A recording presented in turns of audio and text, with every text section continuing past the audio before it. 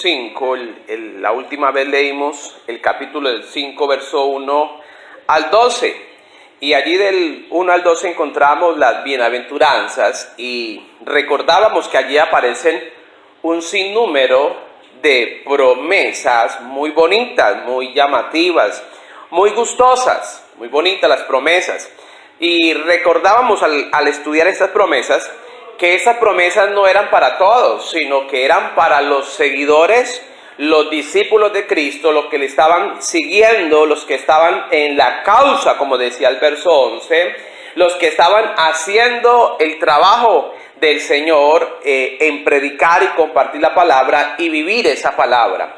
Entonces, antes de empezar el capítulo 5, verso 13, quiero recordarles, para quien ha leído la palabra, que Dios, como Padre, la palabra dice que al Hijo que Dios ama, lo disciplina, le llama la atención. Entonces, quiero recordar, basado en ese versículo, por lo menos el domingo que hablábamos de un tema que tiene que ver con el pueblo y sus amuletos, leíamos el verso en 1 Samuel capítulo 6, en el versículo 20, que decía: ¿Quién podrá estar delante de Jehová el Dios Santo? ¿Y quién subirá desde nosotros? La pregunta que aparece en el versículo 20, ¿quién podrá estar delante de Jehová el Dios Santo?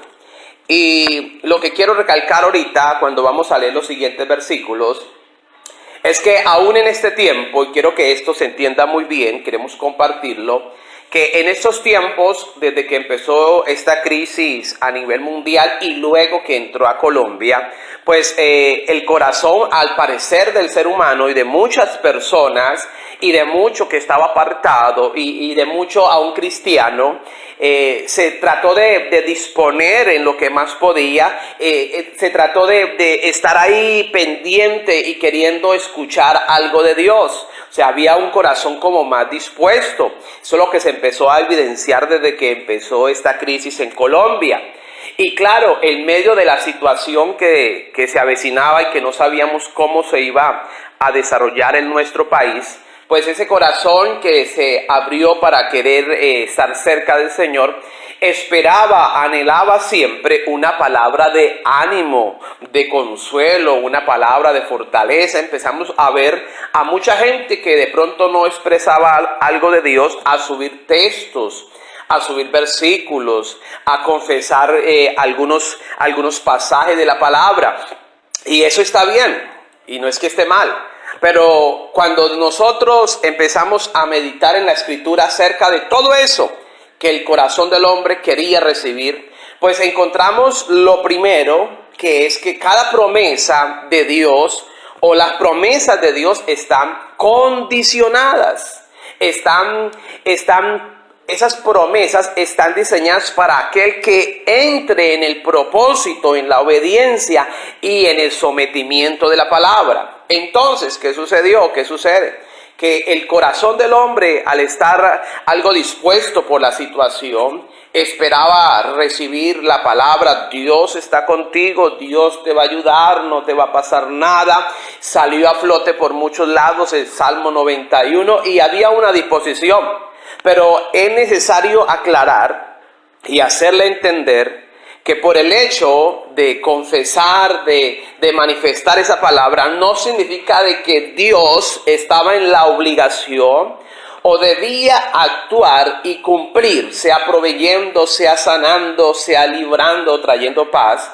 En el corazón no estaba obligado, porque como citábamos el domingo, Dios, primero que todo, al Hijo que Dios ama, lo disciplina. Y para que esas promesas se hiciesen visibles, se cumpliesen, pues es necesario que la persona que quiere que Dios le bendiga se someta a Dios. Y para someterse a Dios, lo primero que tiene que hacer es examinarse, cambiar de rumbo, nacer de nuevo, ser una nueva criatura para que todas esas promesas se cumpliesen.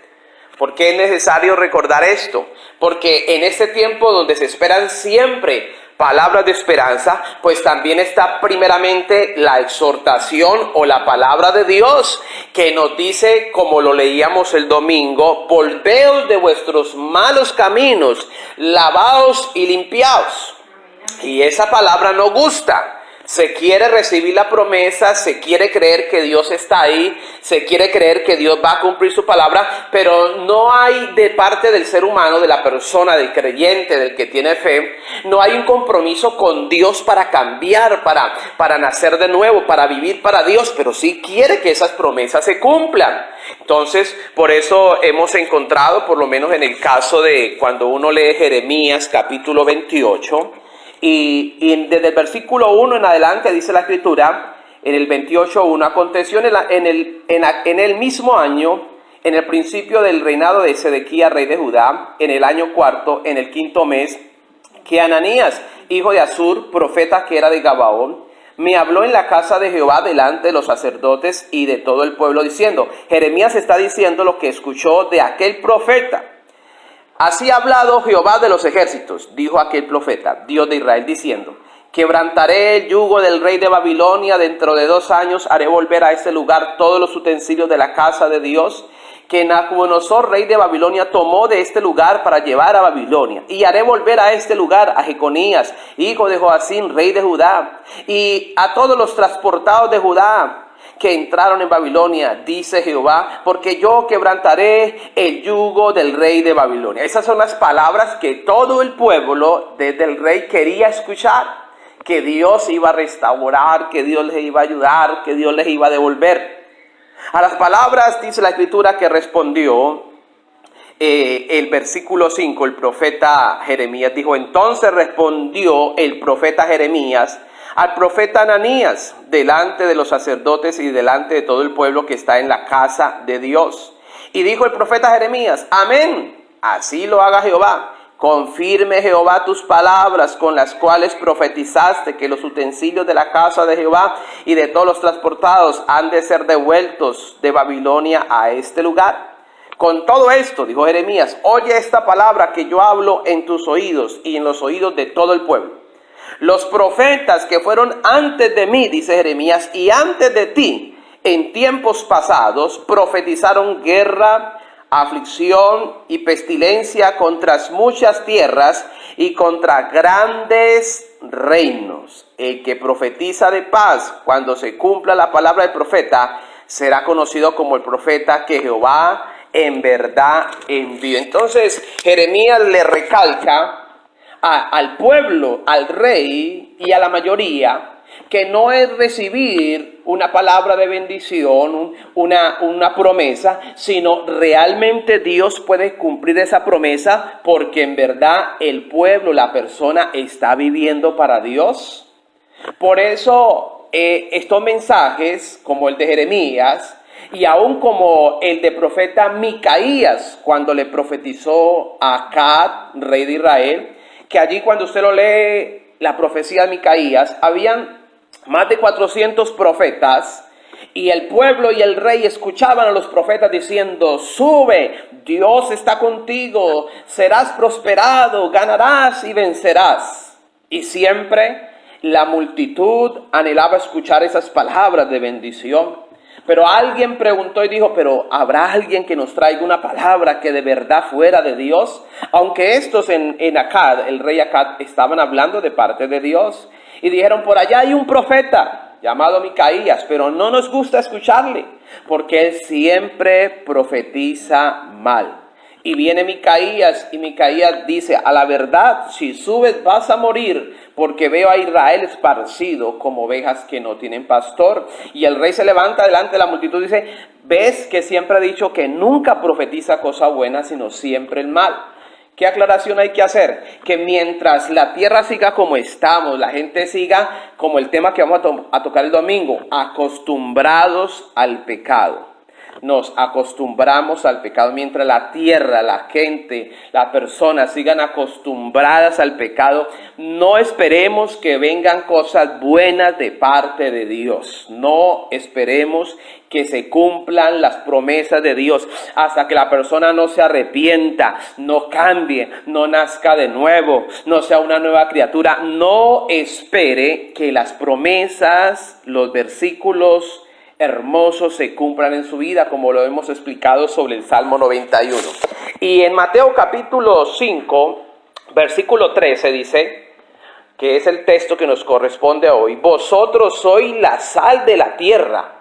Y está hablando, cuando dice vosotros, no es a cualquiera, es a los discípulos que les venía hablando desde el versículo 1 en el capítulo 5, a sus discípulos, a sus seguidores, a los que estaban en la causa de Cristo, a los que estaban en la palabra.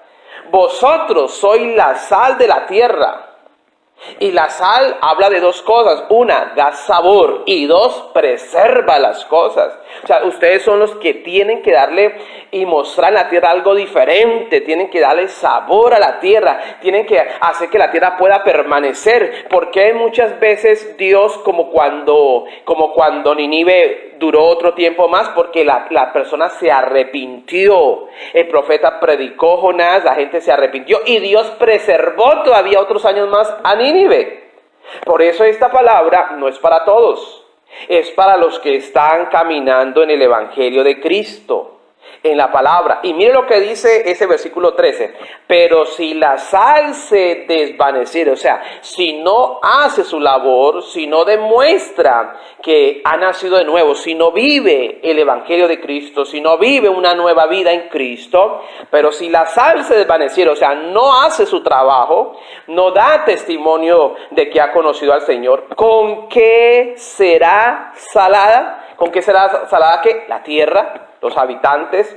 Pues no sirve más para nada, sino para ser echada fuera, desechada y pisoteada.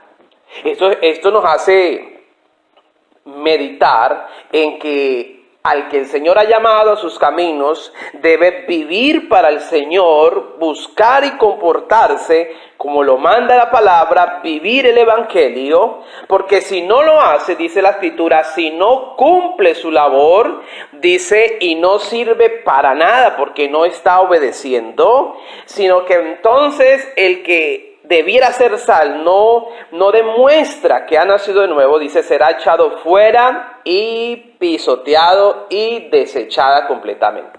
Entonces, en todo pasaje, en toda la palabra encontramos que la promesa de Dios siempre está condicionada. Y en este pasaje de la sal de la tierra, se está exigiendo que al que ha conocido, al que conoce la palabra, al que ha conocido el camino del Evangelio, pues le es necesario dar frutos, y frutos que se vean, que sean visibles y que le den la oportunidad a la tierra, a los habitantes, de que comprendan que en Cristo la gente puede tener una vida nueva. Por eso, cuando leamos en la siguiente lectura, que no va a ser hoy, el título que dice la luz del mundo, el verso 16 dice: así alumbre vuestra luz delante de los hombres, para que vean vuestras buenas obras y así glorifiquen a vuestro Padre que está en los cielos. Entonces mi llamado hoy no solamente es hacer parte de la sal que hace su labor, sino a entender que para estos tiempos no podemos seguir recibiendo palabras halagüeñas, palabras sutiles de amor y de misericordia, cuando la tierra lo único que se ha hecho merecedora es a la ira de Dios. Claro, si alguien se ha arrepentido, está viviendo en el Señor, toda promesa, toda palabra en él se hará notoria y se cumplirá. Entonces no se preocupe si usted vive para el Señor. La palabra del Señor le guardará y le cubrirá, como dice desde Génesis a Apocalipsis. Pero si no lo está viviendo, si no está viviendo para el Señor, no espere escuchar palabras de promesas hermosas, palabras de bendición, porque no se van a cumplir en nuestras vidas. Dios los bendiga, que Dios tenga misericordia de nosotros y nos ayude en este tiempo.